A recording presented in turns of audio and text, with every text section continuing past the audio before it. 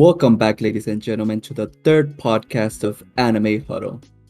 In this podcast, we are going to be overviewing the first part of season 1 of Attack on Titan. Now, this is episodes 1 through 13 of the anime, and in the manga, it's chapters 1 through 14. So we come back to where it all started. The first chapter and first episode of Attack on Titan, titled You in 2000 Years. But actually, before we talk about the episodes, it's just fair to go ahead and talk about Hajime Isayama's stories, the original mangaka or manga creator of Attack on Titan. If you know what a mangaka is, that's basically the manga creator, you know? So like every mangaka started out, Hajime wanted to pursue his dream of creating manga, but everyone around him told him to get a regular job. That's almost every story ever, you know? That's almost every mangaka ever. They always say how everybody was telling them to just get a regular job or a regular 9 to 5. And I mean, some people settle, but not Hajime apparently. Yeah, I mean, and it's crazy because Attack on Titan was his first work. Really? And do you know how crazy that is? How? I mean, to put into perspective, Akira Toriyama, the creator of the Dragon Ball series, some people call it Dragon Ball Z series. That's just wrong. It's Dragon Ball, guys. And it's part of the big three. We know that Dragon Ball was a huge success. Right, yeah. But before there was any Dragon Ball, Akira Toriyama created Wonderland, which is a manga that no one's ever heard of. And then his second pitch actually was Dr. Slump. And Dr. Slump actually got him successful. It actually got an anime adaptation, Really? but he actually wasn't happy. How we see shonen today is not how it used to be in the past. It was more of an episodic nature. Dragon Ball was, the creator, that pioneer that we now see almost every single shonen anime with their hero being portrayed. And Okay, yeah. And before there was even Dragon Ball, Akira Toriyama's first pitch was called Dragon Boy. And then after reworking it with his managers and his creative group, they came up with Dragon Ball and what we now see today. And Dragon Ball, as we know today, I mean, it's successful, but it's crazy to think how much work Akira had to put in before he actually launched the successful story that we now know today. And you know what? This kind of reminds me of Kohei Horikoshi, the creator of My Hero Academia. Oh my god, My Hero is super good. Yeah, I mean, it's an amazing story. However, he did one, two, three, four, five. Yeah, five stories. Three of them who were one shot, and two mangas before we actually got what we now know as My Hero Academia. So the fact that Hajime Isayama saw this vision of creating a story where humanity has to fight titans and becomes incredibly successful, like, that is insane to think about. Yeah, and like how we said, that was his first pitch. He did work on other little projects, but that just made him a profile for him. But his first work ever was Attack on Titan, at least what the news reports said. And Attack on Titan became very, very well known. It started being published in Bethesda Shonen magazine, and in 2009, sorry. And when I searched Google, both Google and YouTube, for lists of mangakas who became famous with their first work, I got crazy. Yeah, and I think that Hajime's, Attack on Titan being his first work, it really shows throughout the manga, because I mean the fact that it blew up being his first story ever, it really shows his skill to create a story, to write a story, a complex story to say the least. But it really shows his drawing skills, how rough around the edges it was. As you start reading chapters 1 through 14, you really see how, I mean, when you like start reading the rest of the manga and the rest of the chapters, you can really see how his drawing skills like exponentially increased as he started drawing more and more chapters. But like in the beginning, yeah, yeah. So, but at the beginning, you can see how like his drawing skills were still a work in progress. Not to say that they were bad, because I mean, I'm a horrible drawer, but What I can see from it, they lack movement. okay, For example, I think one of the best uh, written manga, at least for movement, is Hajime no Ippo.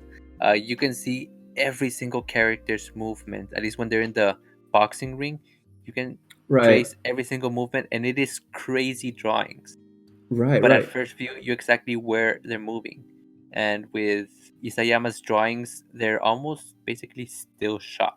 Yeah, they're like very 2D-ish, which is not to say that it's bad work. Like it's incredible work. I mean, I don't think that Attack on Titan would have been successful if the drawings completely sucked. They don't, but you can totally tell, as I have been reading more and more manga, how unrefined his skills were, but how like how his skills like got better over time as he started writing and drawing more chapters.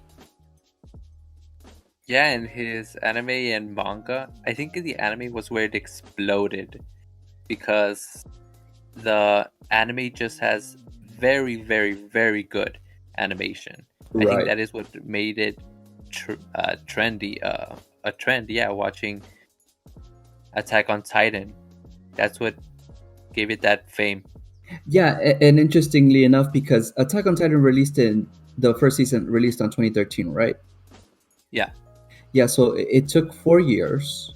Uh, since Attack on Titan started in 2009, that's when Hajime Isayama started publishing it, and the anime released in 2013. There was ample amount of time, for him to keep writing, but it wasn't until the anime that Attack on Titan just blew up, especially in the Western.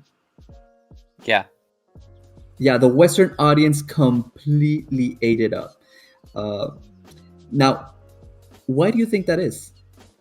I don't know. I honestly think Attack on Titan. Well, actually, I think it was the anime that made it blow up. It was not like your regular shonen series. When I first started watching it, I dropped it. When Eren was eaten by the bearded titan, I dropped it. I thought, oh my god, this story is way too dark. The main character already died. Is this gonna be the type of story where we just Yeah, follow different characters go through different scenarios and they want to give us hope that, oh my god, that we're finally gonna break through to something, but then just completely decimates them and just leaves us empty. I thought it was that kind of story. I mean, it still kind of is, but it is different from what I thought it was. right.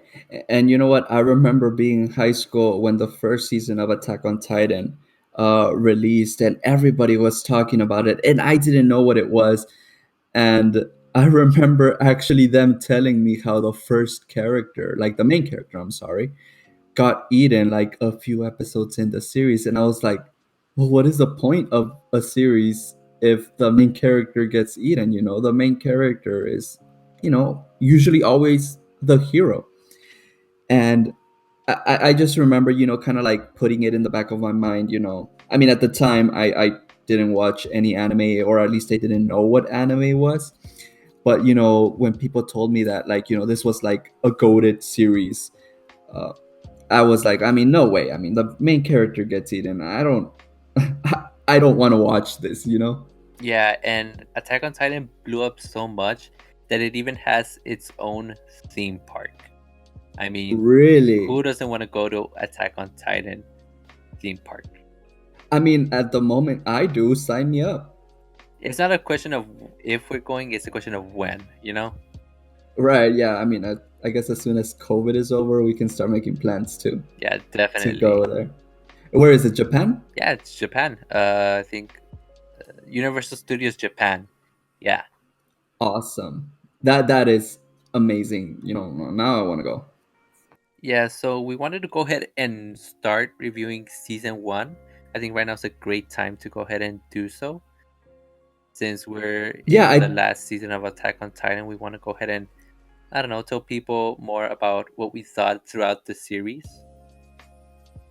yeah, like kind of like have a flashback in perspective of what we thought while we were watching There season you go. one. Yeah, that's a great way to put it.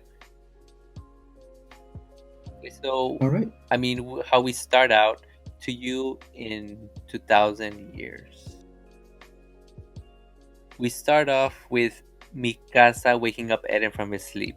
And now that I researched a bit more into that time loop theory, there is no way there is not a time loop in here. What do you think? I mean, we talked about this like in the past few episodes, but there has to be some sort of like time manipulation, time loop kind of thing going on here because I mean, like we mentioned in the previous episode, um, the founding titan has the ability to send memories of the past and the future. They hold all those memories. So there has to be some future or some past where Eden is getting the the memories of his past or future self. It's all very weird, but at the same time, it's amazing. It's amazing to think that Hajime was already thinking of how he was gonna end his story before he even begun it. Yeah. No, yeah, it definitely shows you how well thought out this story is. And something I really liked about how he created the characters was Eren. As soon as the Colossal Titan kicks through the wall, Eren first thinks of his mom. It's like, I wonder Right. if my mom got out. And he just runs to his house to just make sure that she is. And Eren starts out as this heroic person. All right.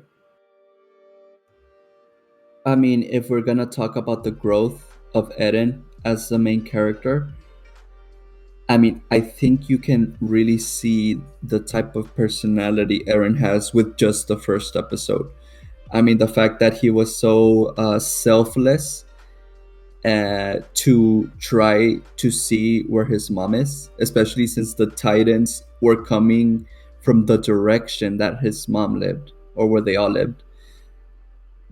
I mean, it just shows him as a child. He already had that mentality of being selfless for others to try to like get all the people he loves out of harm's way. Yeah, yeah, and I wanted to talk about also about Mikasa's story, and I was gonna try it back to Eren right now.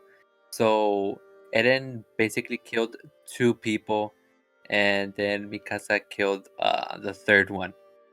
And when his dad confronts him about it, he says, "What are you doing?" He just says, "Well, I was just exterminating vermin from the earth. They were just meant. They just looked like humans." And that also tells you more about Eren's character, since once his mom Right. dies, he vows that he's gonna go ahead and destroy all Titans. I can definitely see some parallels in both situations.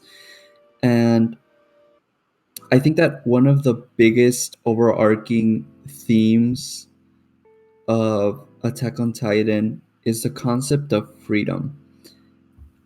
I mean, the fact that, Mikasa was basically being held hostage.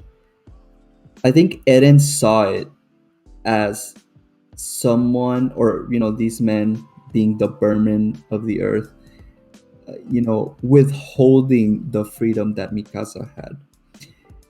And to Eren, I think that he is the type of person. that will go to all extremes to try to get that freedom back. There you go. So so thinking about that Mikasa scene, that's what makes me think of it. Like all these like little flashbacks really build his character, really um, cements his character in the actions that he later takes throughout the rest of the seasons. Yeah, definitely, because he goes to all extremes to go ahead and find that freedom. After they go ahead and graduate from the 104th Cadet Corps, how realistic do you think it actually was going into that battlefield? Because, of course, they have to go ahead and train the cadets how to use the 3D maneuver gear, which is awesome, and how the swords work, how to take down the Titans. But once they go ahead and get into that battlefield, everything around them just crumbles. They forget how to actually act as a team. So, how realistic do you think that is? If we were to be dropped in a war zone Right. with Titans. We would be exterminated. You know, thinking back on that, I mean, I think we gotta realize that yes, they received a lot of training to use that maneuver gear and how to use the swords and whatnot. However, the appearance of the colossal titan was a surprise. Nobody expected it. So it's not like they were going into the battlefield. They were kind of like just um, placed in there, if you understand what I'm trying to say. Yeah. The battle just kind of like came to them. It's not like they were going head first into battle.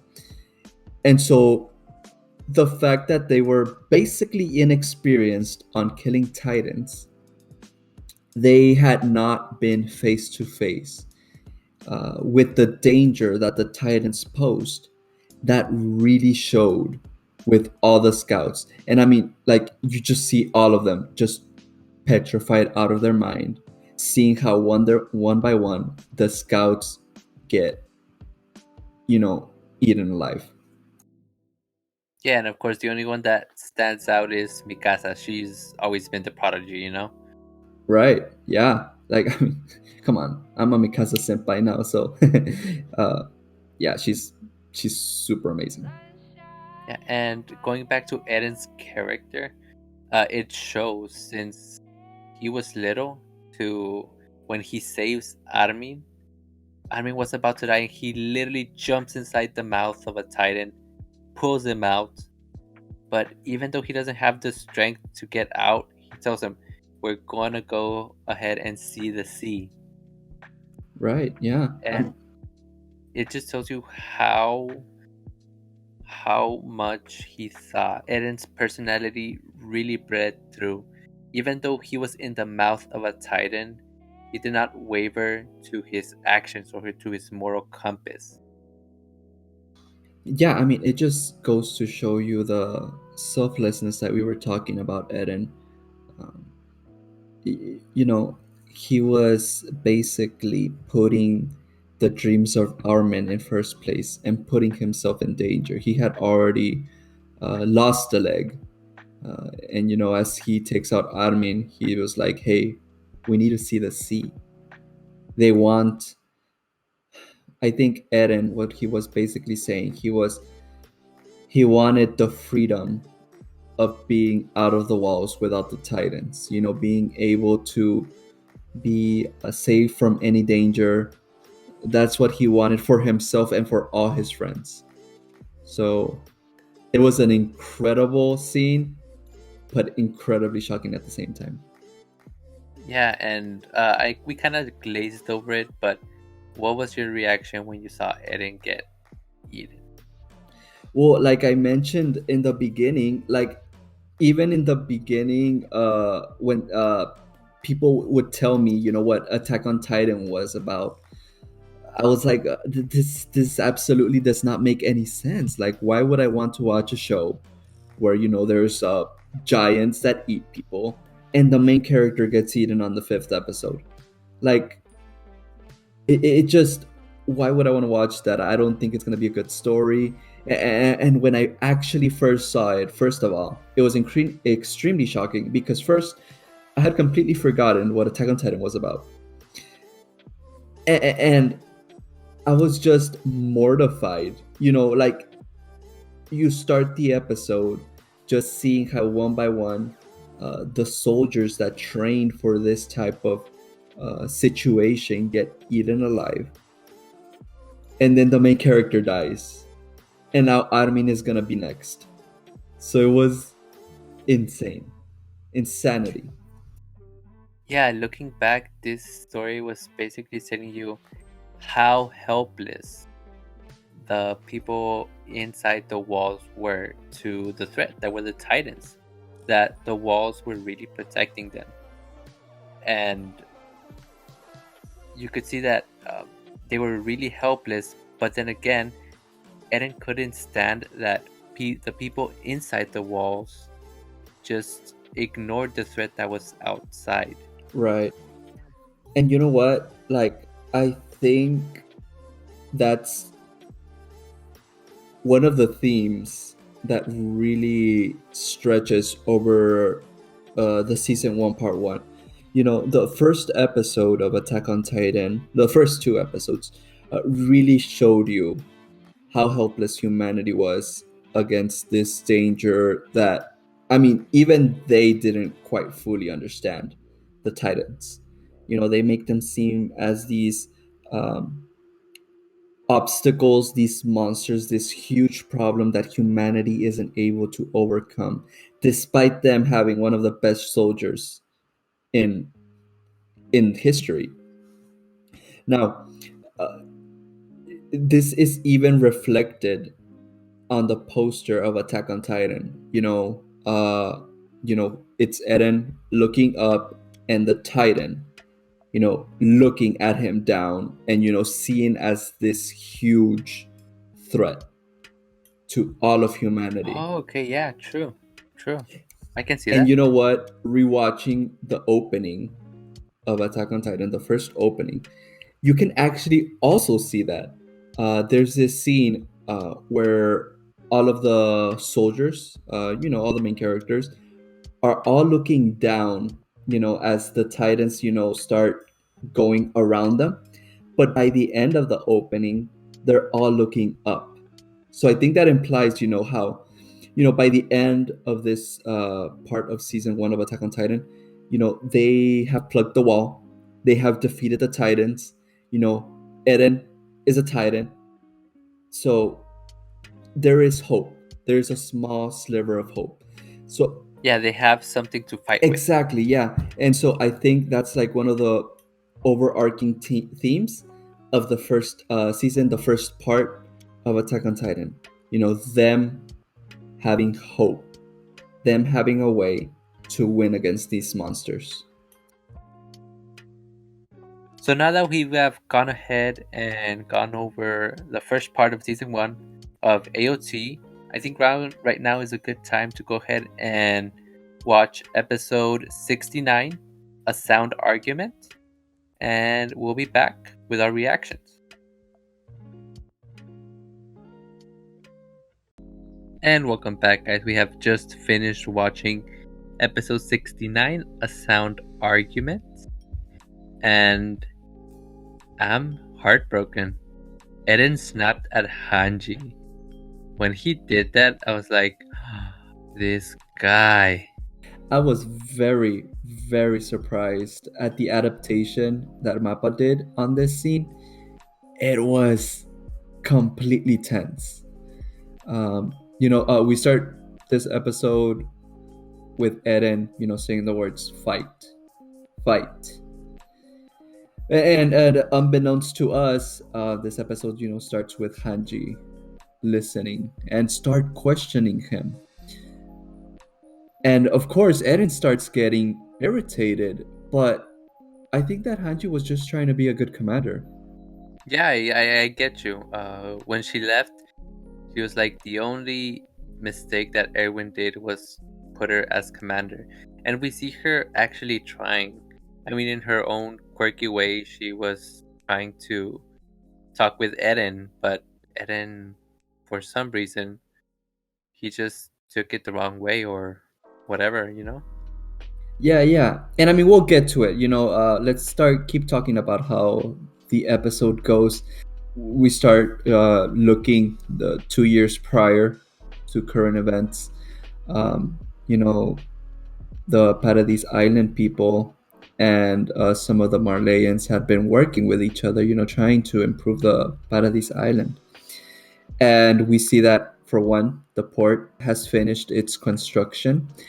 Yelena is introduced to Eren, and we get the first visitor to Paradise Island, which is actually very exciting. I mean, for a really long time, I think Paradise Island people thought that they were the only ones who lived, or who were left in the world. But now we get, uh, the first visitors, and we get Kiyomi Azumabito, who is one of the important people of the nation of Hisuru. And interestingly, it is revealed that she is a descendant of the Ackermans. She's an Ackerman. And she even has a crest. Mikasa even shows it. I didn't even know that Mikasa had a crest.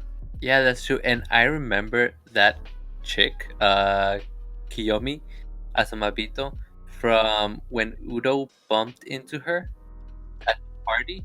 He dropped her wine or spilled it on her, but she tried not to make a scene out of it, which I thought was, oh, that's pretty cool. For there's actually some nice Marleyans, but it turns out she's from Hizuru. At that point, she was actually wearing that crest. But I guess we didn't understand the importance of that crest up until now. Lady Asumabito, when she's there and she meets up with the Paradise Island people, reveals that, a shogun of the Hisuru had a son who was in great terms with King Fritz, and therefore he visited the island multiple times. But that after the Great Titan War, because of all the confusion, the son of the shogun was left behind on Paradise Island, and therefore Mikasa is a descendant of the shogun of Hisuru. I mean, how amazing is this character? Like, Hajime just wants to make Mikasa be as like amazing as she possibly can. In this episode, we get to see how the nation of Paradis is trying to learn diplomacy, trying to work with other nations, to keep advancing in every possible way. So, therefore, in the meeting that Lady Sumabito has with all the important military people, and we see that Eren is there, Mikasa's there, Hanji. Um, of course, we also see that Levi is also there, and Historia as the queen is there. The only reason that Lady Asumabito is there, it's because Zeke has pulled the strings in order to be there. So Zeke met in secret with Lady Asumabito, and he got her to become an ally by promising that the nation of Hisuru was going to become a monopoly for the iceberg stone, which is the fuel that the scouts use their 3D maneuver gear. I honestly didn't even, I mean, at least I don't remember, that they used this special kind of stone in order to like refuel their 3D maneuver gear. I always thought it was just like, I don't know, oxygen or something like that. Yeah, I thought it was oxygen too, or some type of gas. But Lydia Sumovito, she's just there for the money. I mean, she said it herself, the iceberg stone that is only found in Paradise is a type of jewel. And if they get to be with Paradise Island, they can have that monopoly and they'll just basically become a very, very rich country. Yeah, exactly. I mean, like you said, it's only grown in paradise. So, this is an opportunity for the Hisuru nation to become very, very rich. Now, they also start revealing a little more of Zeke's plan. And you know what? It's kind of crazy because slowly but surely we have been seeing, Zeke become such an integral part of how Attack on Titan is going to end. And I mean, I can't wait for the anime to reveal like all the goodness of what Zeke's full plan is. Yeah, because right now we just got three things that Zeke needs to complete his plan. So the first thing he needed, or that he wanted, was a testing of the Titan rumbling to basically just flex on the world that, hey, we are powerful, don't mess with us. Yeah, and the second point of that Zeke's plan was that he wants Hisuru's cooperation until the rumbling isn't necessary. I mean, at this point in time, we know that Paradise Island is basically a third world country. I mean, they don't even know how to work with diplomacy or work with other nations. So, I mean, I guess part of Zeke's plan consists of trying to make Paradise Island a first world country. Yeah, yeah. And the third thing that Zeke needs for his plan to work is the founding Titan and a Titan with royal blood to be passed down. So Zeke needs to pass down his beast Titan with someone of royal blood, and they have to have as many kids as possible so that then they can pass that Titan down. Yeah. And we see that Eren is not a huge fan of this. I mean, he basically says that he doesn't want to feel like they are breeding like livestock. And, this goes back to what we were talking about in the beginning, uh, how this show is about freedom. I mean, I think Eren, believes that going along with Zeke's plan is basically an infringement of freedom. I mean, think about it. Like, they're basically going to be chained trying to breed, having more kids so that that cycle of passing down titans never ends. Yeah, and it really does feel like that. The only reason why Paradis is gonna be alive is because of their, you could say, livestock, and that just, it's not the type of freedom that they were looking for. Right, yeah. I mean, even Hanji, makes a very, very interesting question. And that, I mean, we could even apply it to us. She asks, is it right for us to push this problem on our descendants to save ourselves now? Yeah, and it is something that has been talked about a lot. Not only the governors that run this world, but people themselves. For example, global warming. They say, shouldn't this be a problem we take care of now so that our future kids don't have to deal with this? Or should we just leave it to them? Yeah, they always ask that question. And I mean, it's something to think about because I mean, technically it's in our possibilities to just kind of like not worry about this right now and just kind of like leave it to future generations. But like, what if we can do something about it now? It's just something to think about. After we get this meeting with the lady Sumabito, we go back to Eren, and Hanji, still questioning him, trying to get answers from Eren. Eren just being irritated and silent. But then that's when he snaps. Like, that's what you were saying in the beginning. Eren snaps and he literally like gets Hanji and pins her against the cell bars. And we even see like some of the lightning, like when he's about to transform or use the power of the titans. That's how pissed he was. So like, I don't know, but do you think that Eren is going berserk? I think he is. I mean, it is very crazy. I mean, Hanji is only trying to help him. What reason does Eren have of being mad? When when he went ahead and got back on the airship back in Marley, Levi pointed it out. Your eyes have no life. That just tells you how much Eren really doesn't care about anything at this point right now. And Hanji right now is just a nuisance that is there just nagging him. Right. And I think that him getting the Warhammer Titan just did a massive ego boost for Eren. And now he sees Hanji as someone who he can just literally get rid of if she gets in his way. I mean, I just it's I don't know, it's just crazy. I think what was the craziest part is that later Historia's revealed that she is pregnant. I was just like, when? How? Right? I mean, I never thought that Historia would get pregnant, and especially now, like it kind of almost seems off, based on how the story's going.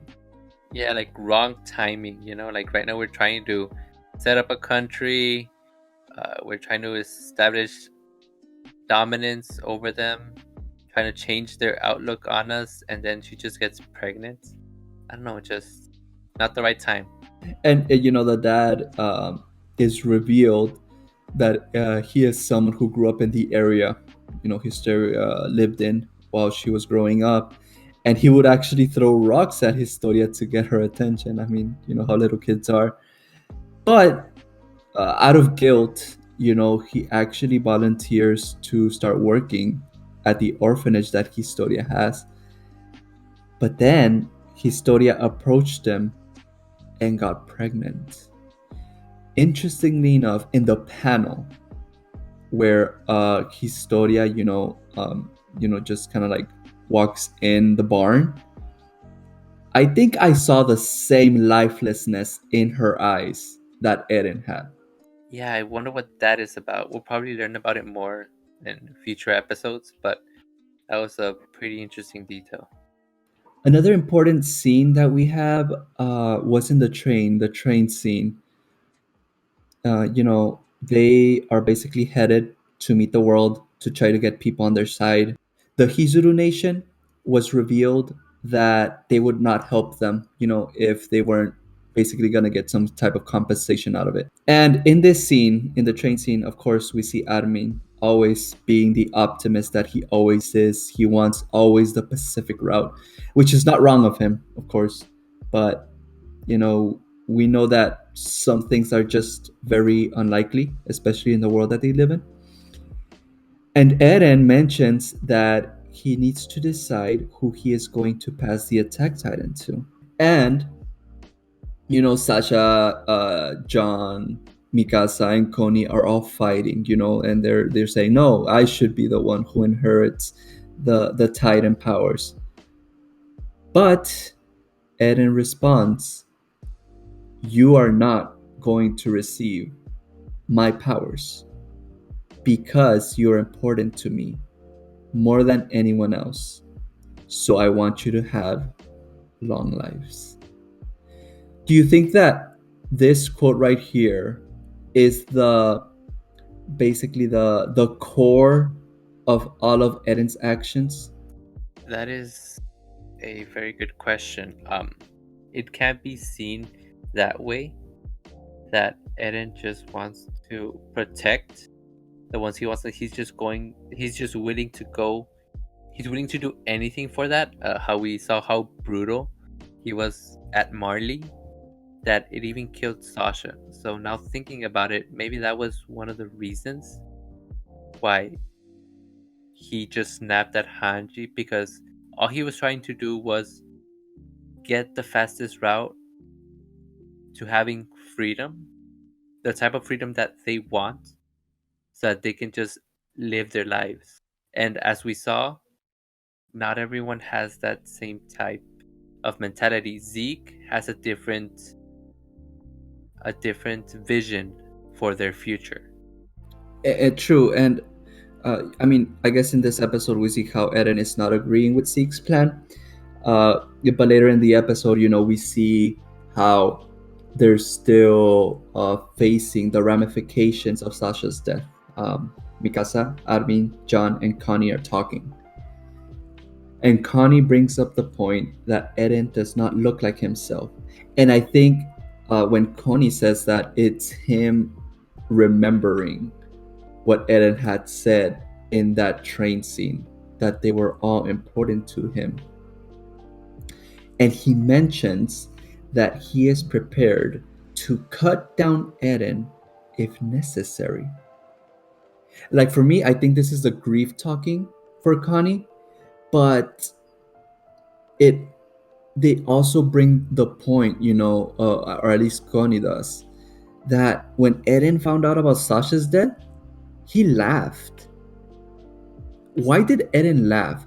I when I saw that scene, the reaction that Eren had, I didn't think that he was laughing. Or what did you think?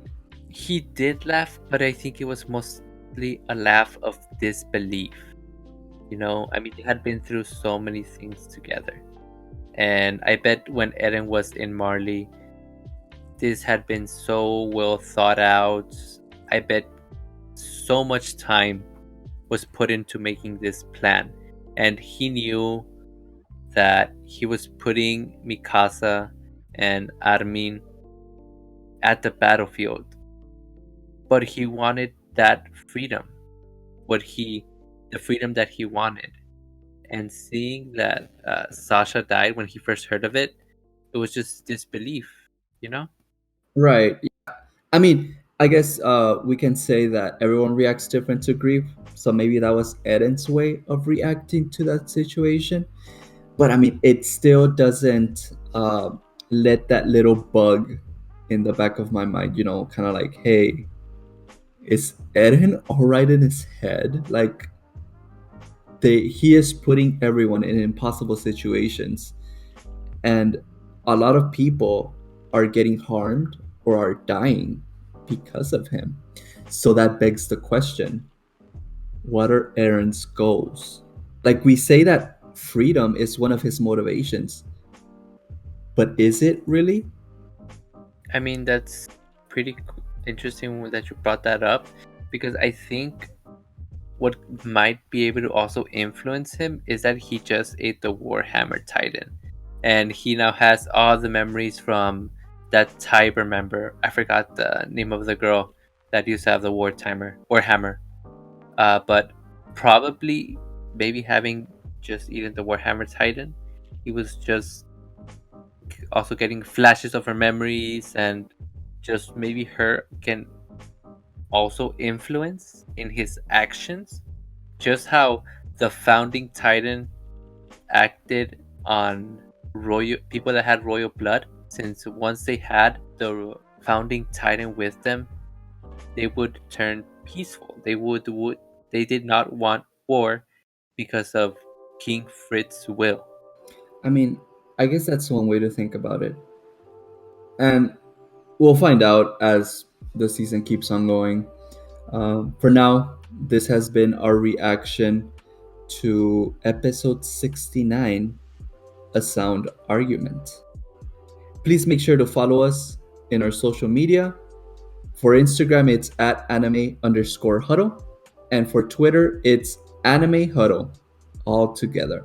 We'll strive to release episodes every Monday.